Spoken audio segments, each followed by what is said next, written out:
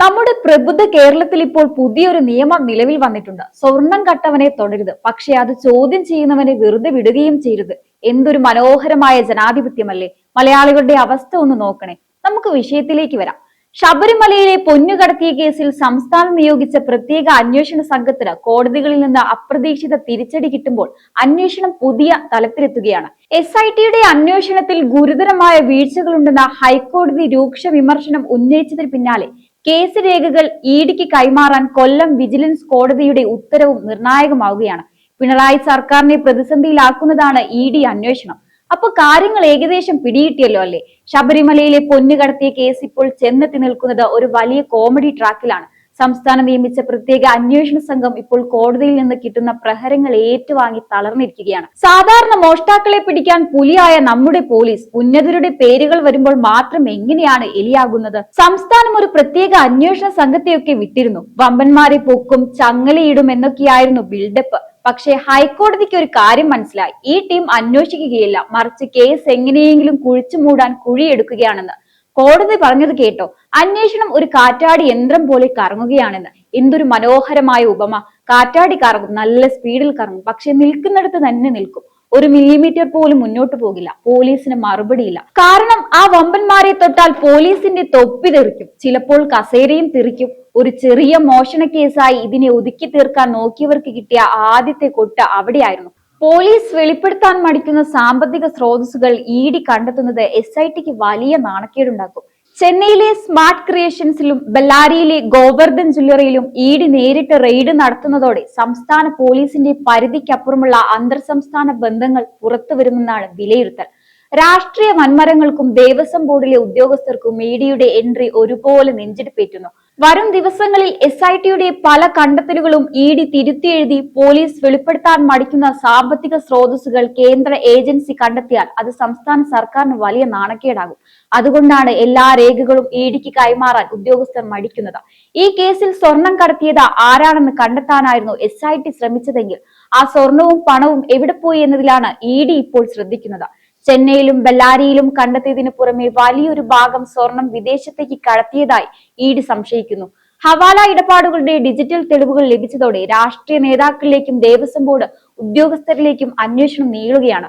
ഇവരുടെ 5 വർഷത്തെ ബാങ്ക് വിവരങ്ങൾ ED ശേഖരിച്ചു കഴിഞ്ഞു. എന്തുകൊണ്ടാണ് ഈ കേസ് ഫയലുകളിൽ തിരിമറി നടത്തിയ ഉന്നത ഉദ്യോഗസ്ഥരെ പോലീസ് തൊടാത്തത്? ചെന്നൈയിലെ സ്മാർട്ട് ക്രിയേഷൻസിലും ബെല്ലാരിയിലെ ഗോവർദ്ധൻ ജ്വല്ലറിയിലും സ്വർണം എത്തിയെന്ന് പോലീസ് പറയുന്നു. പക്ഷേ ആ സ്വർണം അവിടെ എത്തിക്കാൻ വിമാന ടിക്കറ്റ് എടുത്തു കൊടുത്തത് ആരാണ്? അതിന് പിന്നിലെ വമ്പൻ സ്രാവുകൾ ആരാണ്? അവരെ കാണുമ്പോൾ മാത്രം പോലീസിന്റെ കണ്ണിൽ ഇരുട്ട് കയറുന്നത് എന്തുകൊണ്ടാണ്? സമാന്തര അന്വേഷണം വേണ്ട എന്ന് പറഞ്ഞ് സർക്കാർ കോടതിയിൽ വലിയ വാദങ്ങൾ നിരത്തി നോക്കി. പക്ഷേ കൊല്ലം വിജിലൻസ് കോടതി അത് പുഷ്പം പോലെ തള്ളി. കള്ളപ്പണ ഇടപാട് നടന്നിട്ടുണ്ടെങ്കിൽ അത് കേന്ദ്ര ഏജൻസി തന്നെ അന്വേഷിക്കണം.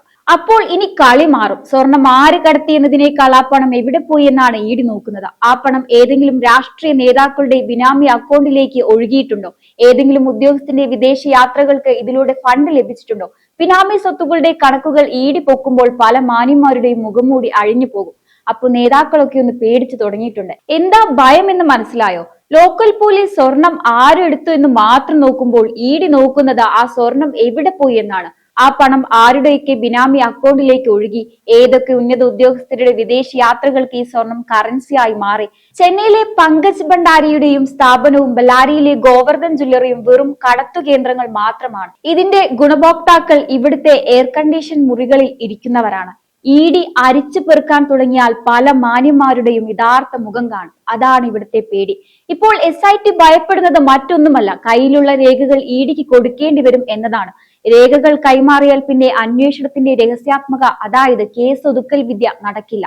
ചെന്നൈയിലും ഹൈദരാബാദിലും ബെല്ലാരിയിലുമൊക്കെ ED റെയ്ഡ് നടത്തുമ്പോൾ കേരള പോലീസിന് കടന്നു ചെല്ലാൻ പറ്റാത്ത പല കള്ളക്കൂട്ടുകളും വെളിച്ചത്താകും. ഹവാല ഇടപാടുകളുടെ ഡിജിറ്റൽ തെളിവുകൾ ED ശേഖരിച്ചു കഴിഞ്ഞു എന്നാണ് പുറത്തുവരുന്ന വിവരം. കഴിഞ്ഞ 5 വർഷത്തെ ബാങ്ക് അക്കൗണ്ട് വിവരങ്ങൾ കൂടി പുറത്തെടുത്താൽ ദേവസ്വം ബോർഡിലെ ചില ഉന്നതന്മാരുടെയും രാഷ്ട്രീയ നേതാക്കളുടെയും കുടുംബസ്വത്ത് എങ്ങനെ പെട്ടെന്ന് വർദ്ധിച്ചു എന്ന് നാടറിയും. അയ്യപ്പന്റെ കാണിക്കവഞ്ചിയിൽ കൈയിട്ടവർക്ക് ഇനി ഉറക്കമില്ലാത്ത രാത്രികളാണ്. അപ്പോൾ കാര്യങ്ങൾ ഏകദേശം വ്യക്തമാണ്. ശബരിമലയിലെ സ്വർണ്ണക്കടത്ത് കേസ് ഇപ്പോൾ വെറും ഒരു മോഷണ കേസല്ല, അതൊരു അന്തർ സംസ്ഥാന ബന്ധങ്ങളുള്ള വലിയൊരു സാമ്പത്തിക ക്രമക്കേടായി മാറിക്കഴിഞ്ഞു. കേരള പോലീസിന്റെ പ്രത്യേക അന്വേഷണ സംഘം ഈ കേസിനെ ഒരു ചെറിയ കള്ളന്റെ പണിയാക്കി മാറ്റി എഴുതാൻ പരിശ്രമിച്ചു. പക്ഷേ കോടതി വിട്ടില്ല. കാറ്റാടി പോലെ ഒരേടത്തു തന്നെ കറങ്ങി വിദ്യ കാണിച്ചവർക്ക് കിട്ടിയ ഏറ്റവും വലിയ പ്രഹരമാണ് ഇഡിയുടെ എൻട്രി. ഇവിടെ നമ്മൾ ഗൗരവമായി ആലോചിക്കേണ്ട ഒരു കാര്യമുണ്ട്. നമ്മുടെ പ്രബുദ്ധ കേരളത്തിൽ ഈ ഇടത് സർക്കാരിന്റെ കാലത്ത് ഒരു പുതിയ സംസ്കാരം വളർന്നു വരുന്നുണ്ട്. അഴിമതിയെ പറ്റി ചോദിച്ചാൽ, സ്വർണ്ണക്കടത്തിനെ പറ്റി ചോദിച്ചാൽ, അയ്യപ്പന്റെ സ്വർണം എവിടെയെന്ന് ചോദിച്ചാൽ ഉടനെ വരും കേസും അറസ്റ്റും. വിമർശിക്കുന്നവന്റെ നാവടപ്പിക്കാൻ കാണിക്കുന്ന ആ ആവേശം എന്തുകൊണ്ട് നിങ്ങൾ സ്വർണം കട്ടവനെ പിടിക്കാൻ കാണിക്കാത്തത്? ആരെയാണ് നിങ്ങൾ സംരക്ഷിക്കുന്നത്? ഏത് രാഷ്ട്രീയ വമ്പന്മാരുടെ മക്കളെയും ബിനാമികളെയും രക്ഷിക്കാനാണ് കേസ് രേഖകളിൽ നിങ്ങൾ തിരിമറി നടത്തുന്നത്? സത്യം അധികകാലം കുഴിച്ചു മൂടാൻ കഴിയില്ല. ഇഡി ഇപ്പോൾ ബാങ്ക് അക്കൗണ്ടുകൾ അരിച്ചു പെറുക്കാൻ തുടങ്ങുകയാണ്. രാഷ്ട്രീയ നേതാക്കളുടെയും ദേവസ്വം ഉദ്യോഗസ്ഥരുടെയും കഴിഞ്ഞ 5 വർഷത്തെ സമ്പാദ്യം പുറത്തു വരുമ്പോൾ ഈ സ്വർണ്ണ ലാഭം ആരൊക്കെ പങ്കിട്ടെടുത്തു എന്ന് വ്യക്തമാകും. ചെന്നൈയിലും ബെല്ലാരിയിലും സ്വർണം എത്തിയപ്പോൾ അത് കണ്ട് കണ്ണ് മഞ്ഞളിച്ചവർ ആരൊക്കെയാണെന്ന് ഓരോ മലയാളിയും അറിയാൻ പോവുകയാണ്. ഭക്തർ അയ്യപ്പന് നൽകിയ സമർപ്പണങ്ങളെ വിറ്റ് കാശാക്കിയവർ ഓർക്കുക. നീതിയുടെ ചക്രം പതുക്കെ തിരിയും. പക്ഷെ അത് തിരിഞ്ഞു തുടങ്ങിക്കഴിഞ്ഞാൽ പിന്നെ ഒരു പിണറായി വിജയത്തിനും അത് തടയാൻ കഴിയില്ല. SITയുടെ പരാജയവും ഇഡിയുടെ വിജയവും വരും ദിവസങ്ങളിൽ നമുക്ക് കാണാം. വമ്പൻ സ്രാവുകളെ വലയിട്ട് പൂട്ടുന്നത് കാണാൻ മലയാളികൾ കാത്തിരിക്കുകയാണ്.